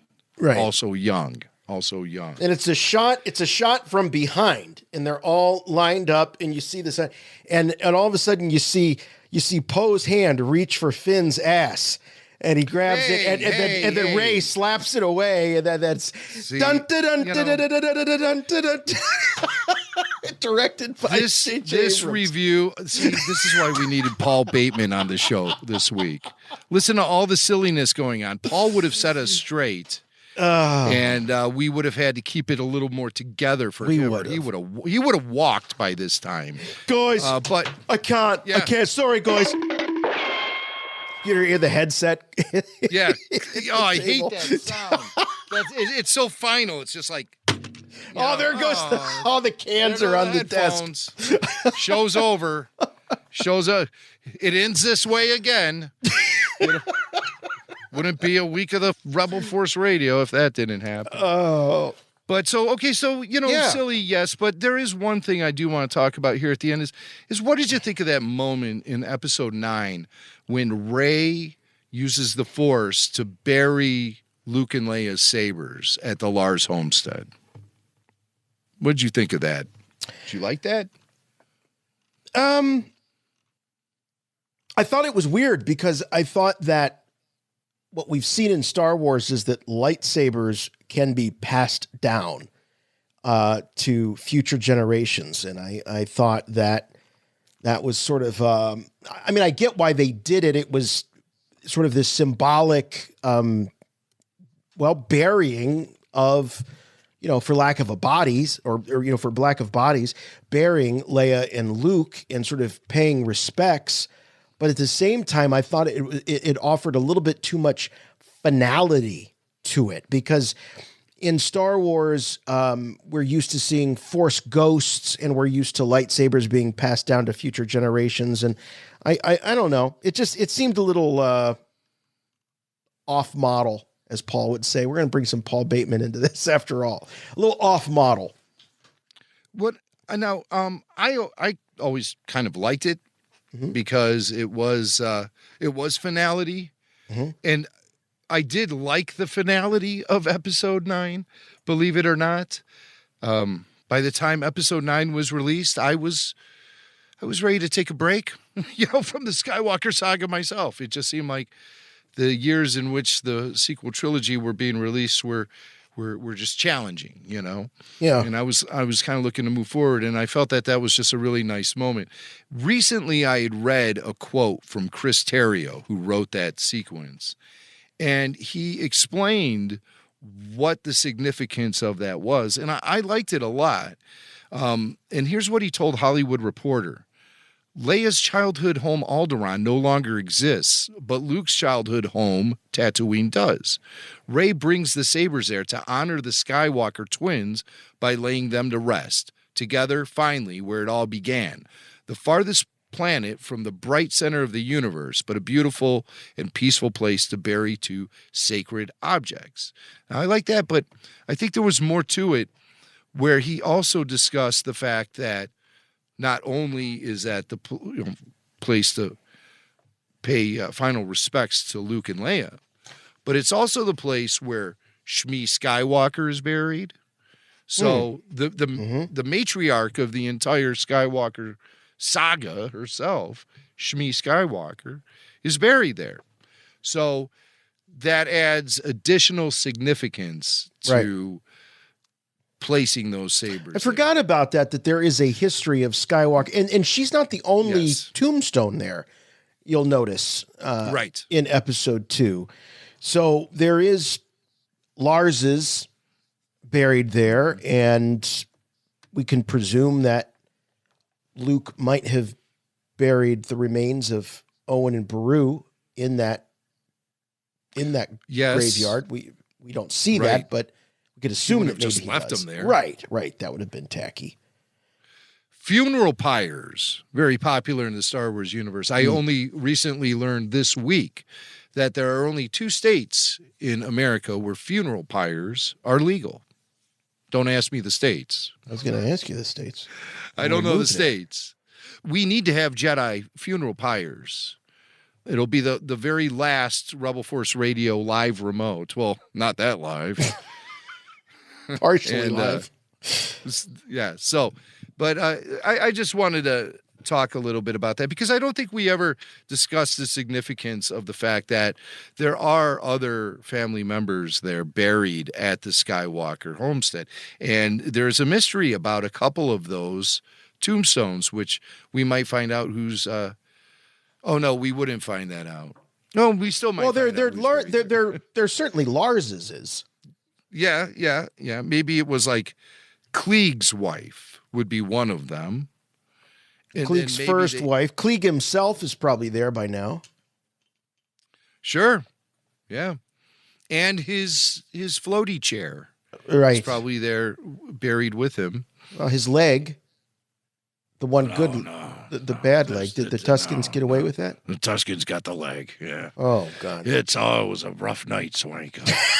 It was a rough night. We were out there, and they came without warning. And I lost my leg. You never play soccer again, Swank. Oh, no. Well, Klieg was known as quite the footballer in his day. Yeah. You're right. We do call it football here on Tatooine, not soccer, like you losers in Ohio call it. Football. That's what we call it. And I'm not kicking no more. I got this floaty chair. It's pretty cool. It's like, if I'm gonna lose a limb, at least I got some cool tech out of it, you know. But it still sucks not having a leg. All right, and I thought if I kept it, I could have sewed it back on or something. Or we got technology. Got this stuff called Bacta. You ever hear it? Bacta. Yeah, why didn't he take the Bacta bath? Or get a prosthetic? I could have, but the Tuskens took my leg, you idiot. So I can't. It's not like my leg's gonna grow back just because I'm sitting back to. But you could have had a prosthetic. That seems to be pretty commonplace in the Star Wars universe. It's uncomfortable as hell, man. I gotta keep it au natural at all times. And if that means only having 3 limbs, then fine. I'm Klieg Lars, damn it. I'm Klieg Lars, damn it. Yeah. All right. Yeah, and I'll come over there. I'll kick your ass with my one, because I got one leg. I can kick your ass with it.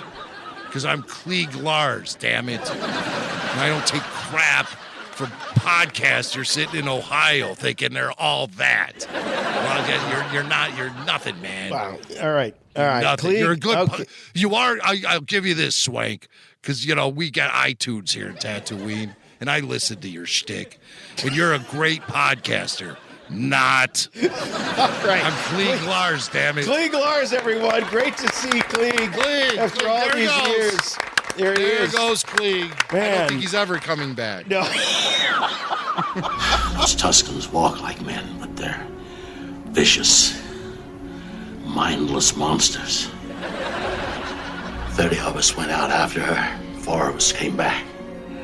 I'd be out there with them, but after I lost my leg, I just couldn't ride anymore until I heal.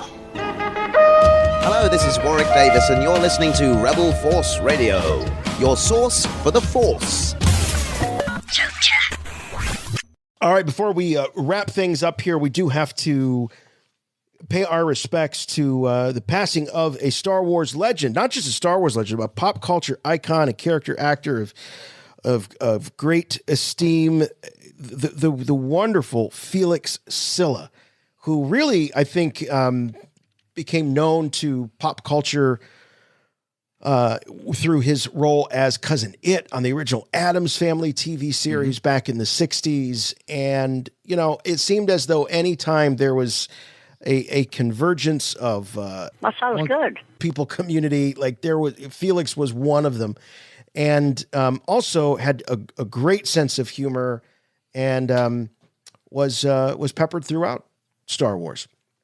Yeah, he was a little person and a really talented one, too. He actually started his career with Ringling Brothers, and he could ride horses and flip around on trapezes and tumble and do all kind of stuff. So as a result of him having those skills, he moved to Hollywood, became a stuntman, and to us fans of Lucasfilm properties, he was well known as the stunt stand-in for Short Round in the Indiana Jones film.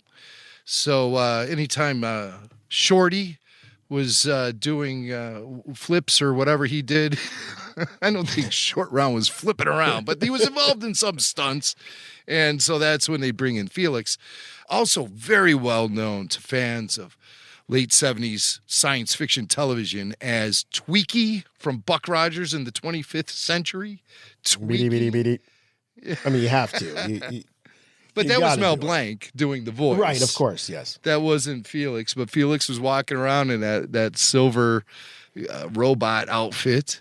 And to us as Star Wars fans, he's most well known as the hang glider Ewok in Return of the Jedi. And he did a lot of Ewok stunts, too. So he was banging around all over the place. Great guy, born in Italy. And he passed away last week in Las Vegas, Nevada. So Felix Silla, may he rest in peace. He was a friend of ours here at Rebel Force Radio. We had him on the show several times. And I talked to him once about what it was like to be on the set and be surrounded by so many little people. How's it going, Felix Silla? It's going very great. Well, you, of course, are known as the hang-gliding Ewok in Return of the Jedi. And that must have been a wild experience on the set. You've told me some stories before, but you've never told me what it was like to work with so many little people in one area. I mean, that has to be kind of an odd occurrence to get so many little people together. I used to hear stories from the set of The Wizard of Oz that the Munchkin City was a party town when the cameras weren't rolling. Did you experience anything like that on the set of Jedi? Oh, we sure did, yes. Yeah? We couldn't wait to get home at night, right after that wrap on location. Mm-hmm. We got home, and right across the street from the Highway 1 in Northern California, there's a wonderful restaurant. They had a dancing floor. We took a quick shower, run across the street, dance a little bit, and eat, and stay up until 3 in the morning, and then next morning, 6 in the morning, the bus came and back on location again for one more day. Out there to the Redwood Forest, right? Of course, yeah. So they're partying at night and hanging out in the Redwood during the day. And Felix, like I said, was a stuntman, and he was involved in a lot of physically challenging activities there on the set, flying around, swinging on vines, flying in hang gliders and all kind of crazy stuff. And he was involved in some fight scenes with the stormtroopers, but in one shot, he found he was fighting more than just stormtroopers, as he tells me about in this clip. One day we were doing this fight scene with the stormtrooper, so I'm on top of this scaffold, like a 20, 30 feet up. So I'm supposed to jump on the guy, one of the stormtrooper, and I jumped down, and we're beating the hell out of this guy. Yeah. And all of a sudden, I felt somebody grabbing my mask and spinning it, twisting it. So it was one of the Ewok. Oh, my God. She grabbed me on the head and spun my thing and cut my eye. So I got up, and I didn't know if I was bleeding or not. So I see this little person walking away. He went to hide under around the tree. Yeah. So I went over there and I said, "Who in the hell hit me?" And I don't know who twisted my mask. So I took the mask off, and I was bleeding because he cut me. Oh, my God. And she said, "There was Debbie, right?" She says, "It wasn't me." I said, "You're not supposed to fight against me. You're supposed to fight against the stormtrooper, not me." So she cut me right across here. Wow, you got injured by a fellow Ewok. A fellow Ewok, yeah. Well, that's just wrong. There should be a tribunal in the Ewok village. You guys gather around the fire pit and vote her out. No, vote her out of the we should village. have a boxing match. Yeah, right. Square off in the cage. Yeah, put you two Ewoks in a cage. Right. Two Ewoks enter, one Ewok leaves. Yeah. That would settle it. Right. Well, we're just cracking up Felix there during the interview. But you know what? He was a lot of fun. He was really loose, and we had a good time. I met him a number of times. He's talking about Debbie Lee Carrington when he says that was Debbie. Debbie played the Ewok named Ramba, and she apparently didn't get the direction right because instead of attacking other stormtroopers, she attacked poor Felix the Ewok. Did he show up in any of the Ewok films or anything like that that you're aware of? So no. So just the Debbie, who he was just talking about, Debbie Carrington. She was in the Ewok adventure. She was Weechie. But she wasn't Weechie. But not Felix, because it's a stunt role. He was primarily there to do stunts, and he said in that clip that he was 20 to 30 feet up in the air on a scaffolding, and he jumped down from that thing onto a stormtrooper. Can you imagine 30 feet up in the air? That guy comes flying down, his teddy bear comes flying at you. I would love to see outtakes. I mean, I would love to. Yeah, it's like one of the plagues, right? Teddy bears flying out of the sky and attacking you with spears with arrowheads on them. As I was talking to Felix, it occurred to me that whenever I see any of these actors out at the convention centers or wherever, they're always signing their character's name on their autographs, on the 8x10s or whatever they sign, Anthony Daniels, C-3PO, Kenny Baker, R2-D2, Dave Prowse is Darth Vader. He signed everything that way. But Felix was just signing Felix Silla, Ewok. And so it occurred to me that I don't think his Ewok character has a name. And so I asked Felix about that. While I was talking to not only Felix, but also Margot Apostolos, who also played an Ewok in Return of the Jedi. It's raining Ewoks, just like we said.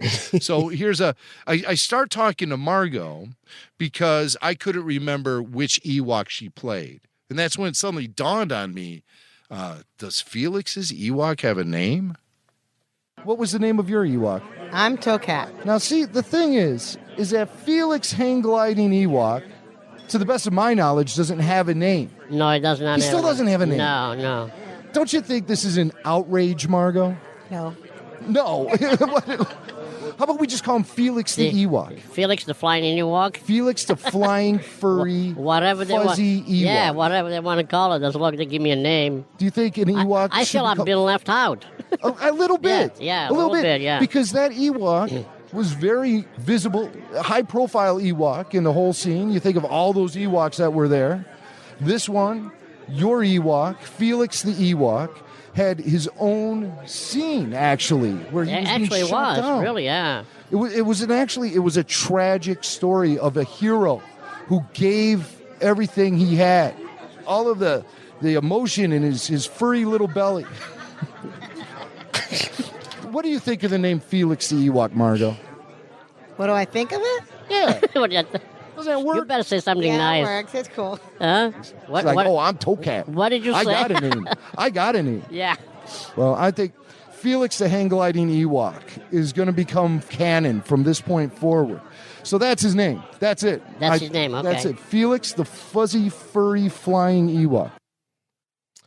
All right. So thus began his quest. the quest for legitimacy.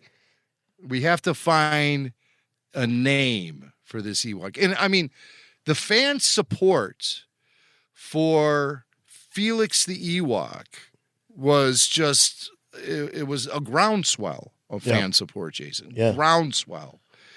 Because everyone wanted the hang gliding Ewok to get officially named. Mm-hmm. And this even got some people, their creative juices flowing and their musical talents were put to the test to come up with a musical tribute to this grave situation, Jason, in Star Wars history. The Ewok with no name. So Glenn Nelson, our pal, and his band High Adventure created this musical tribute to Felix Silla, the Ewok with no name. Dear Mr. Lucas,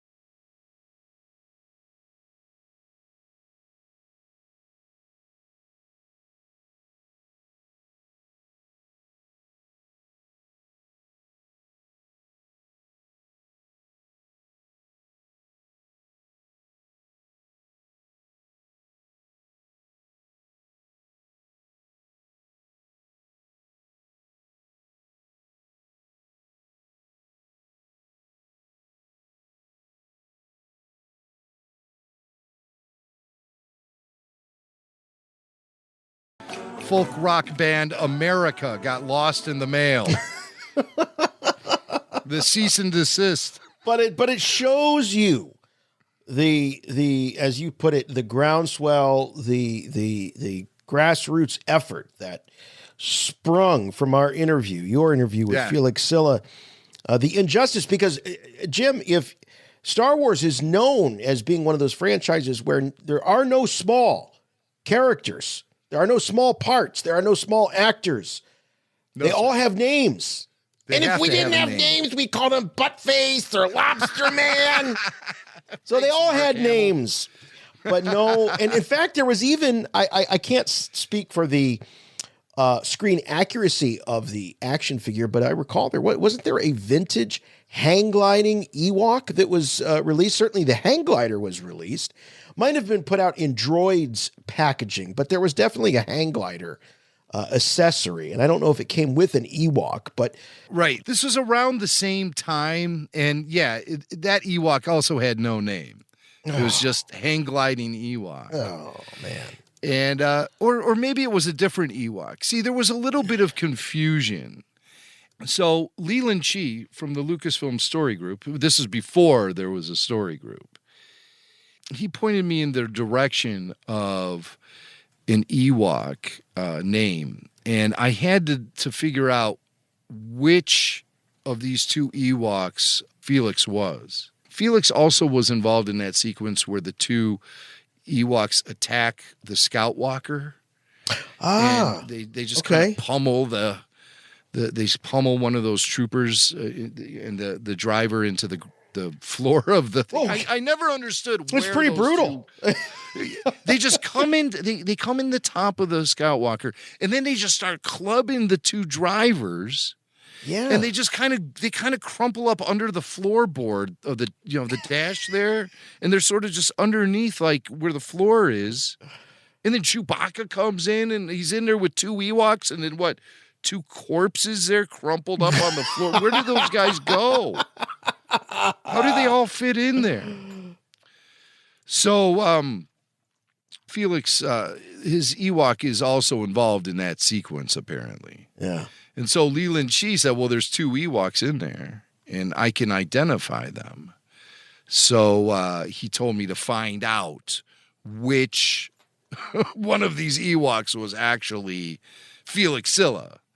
And so you hear me question Felix, and then I reveal to Felix what the name of his Ewok actually is.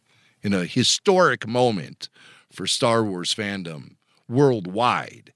The moment Felix Silla, the moment his Ewok got a name. Do you recall what the color of the Ewok fur was on your costume? My first one was black, kind of dark.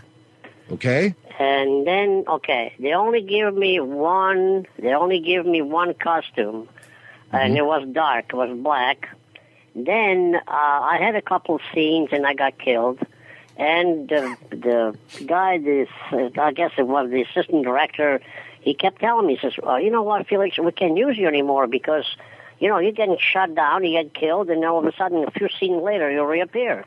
I say, hey, it's not my problem. You only give me one film, So then they decided to give me another one. So I had a black one first, and then another one brown. Brown. So you had black and brown. Do you recall playing two different hang gliding Ewoks? I only did one scene when the one crashed. Okay. The hang glider crashed, and it was my black suit. Okay, so you were the dark-furred hang-gliding Ewok known as Wonka. That is your Ewok's name. Wonka. W-U-N-K-A. U-N-K-A? U-N-K-A? W-U-N-K-A. Oh, okay. W-U-N-K-A. Wonka. What do you think of that name? Wonka. Okay.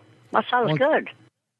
Hey, he's okay. He just wanted a name. He didn't care what it was. Name. His Ewok is Wonka.